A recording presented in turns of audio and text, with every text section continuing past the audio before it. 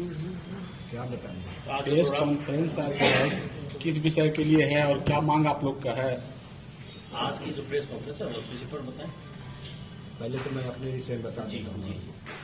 मेरा नाम engineer R K. प्रसाद है और मैं राष्ट्रीय कार्यकारी अध्यक्ष हूँ अखिल भारतीय आदर्श चौरसिया महासभा दिल्ली। ये रजिस्ट्रेशन हमारा दिल्ली का है और किसी का संगठन का ऐसा नहीं है। आज हम लोग जो बिहार प्रदेश का मंत्रिमंडल में समावेश की आवश्यकता है, अभी हम लोग सब जानते हैं कि पिछले कई दिनों पहले जो सरकार थी, आज वो सरकारी नहीं रही, नई सरकार बनी है जिसमें प्रारंभिक स्तर से बीजेपी का उसमें बहुमत और संख्या ज़्यादा है, जिसके चलते हम लोग चाहते हैं कि हम लोगों का भी समावेश हो।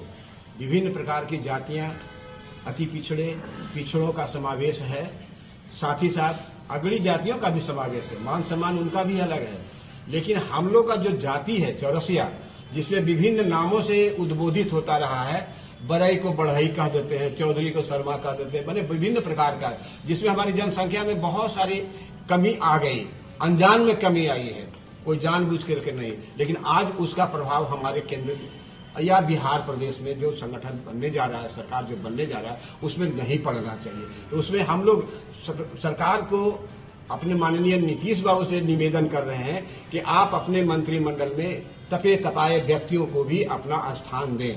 इस क्रम में हमारे जिम्मेदार व्यक्ति हैं जो बहुत दिनों से आरएसएस में रहे, बीजेपी में भी रहे, भारतीय युवा जनता मोर्चा में भी रहे, बिहार विद्यार्थी परिषद में भी रहे और आज दीघा के विधायक बने हुए हैं।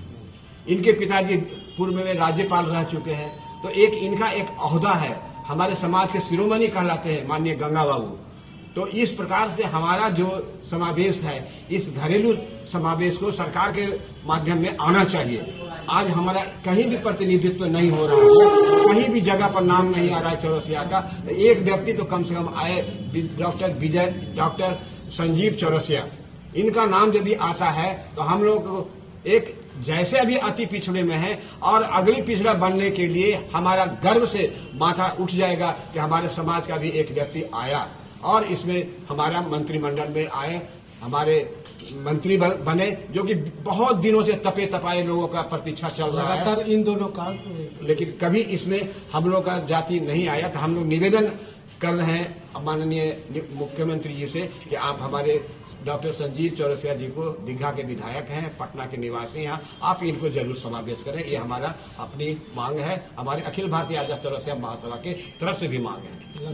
लगातार 35 वर्षों से पिछले बार भी वो बनते रह गए, उनका नाम टॉप में चल रहा था। तो हमेशा देखिए, वो एक कर्तव्य परायण व्यक्ति है और वो अपने काम में हमेशा सफलता हासिल करते हैं। जो काम दिया जाता है उसको बहुत अच्छे ढंग से करते हैं और उनका व्यक्तित्व और उनका जो कर्मठता है यह हमेशा आगे लाता है।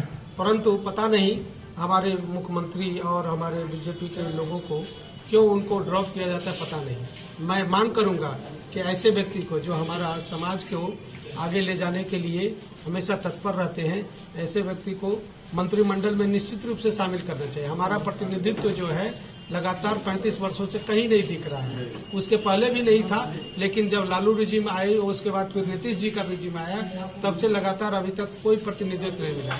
यहाँ तक कि उनके पिताजी को भी कभी भी मंत्रिमंडल में शामिल नहीं किया गया। अब ये 3 बार के विधायक हैं, इनको भी अभी तक मंत्रिमंडल में शामिल नहीं किया गया। जबकि उससे कम लोगों को 1 बार जीते 2 बार जीते उसको मंत्रिमंडल में शामिल किया। अगर ये भी पैरामीटर है कि जितना पैरामीटर है कि 2 बार जीते 3 बार जीते तो भी अचीव होते हैं। यह पीसी करने का मुख्य बिंदु यह है कि चौरसिया समाज एक पिछड़ा हुआ समाज है और इसको राजनीति में दूर दूर तक के हम लोग को प्रतिनिधित्व से वंचित रहे हैं। इस कारण हम 3 संगठन के लोग आज बैठ करके और सरकार और उसमें सरकार में शामिल सभी दलों से मांग करते हैं कि हम लोग का भी प्रतिनिधित्व होना चाहिए। ऐसी स्थिति में दीघा के विधायक आदरणीय श्री संजीव कुमार चौरसिया जी हैं, अगर उनको सम्मान मिलता है तो यह चौरसिया समाज का सम्मान होगा। मेरा मानना है कि जिस समाज का प्रतिनिधित्व नहीं होता है वह समाज कोई काम लायक ही नहीं होता है। लेकिन हम लोग चौरसिया समाज के लोग अब जाग चुके हैं और ऐसी स्थिति में हमारे बंधु क्वेश्चन कर रहे थे कि आप क्या करेंगे। हम लोग सब कुछ कर सकते हैं। हम लोग तो 35 वर्ष तक के किए, हम लोग बाहर भी रहे और भीतर भी होना चाहते हैं, लेकिन हम लोग को मान सम्मान नहीं मिलेगा तो हम लोग अपनी आवाज को बुलंद करते रहेंगे। बहुत बहुत धन्यवाद।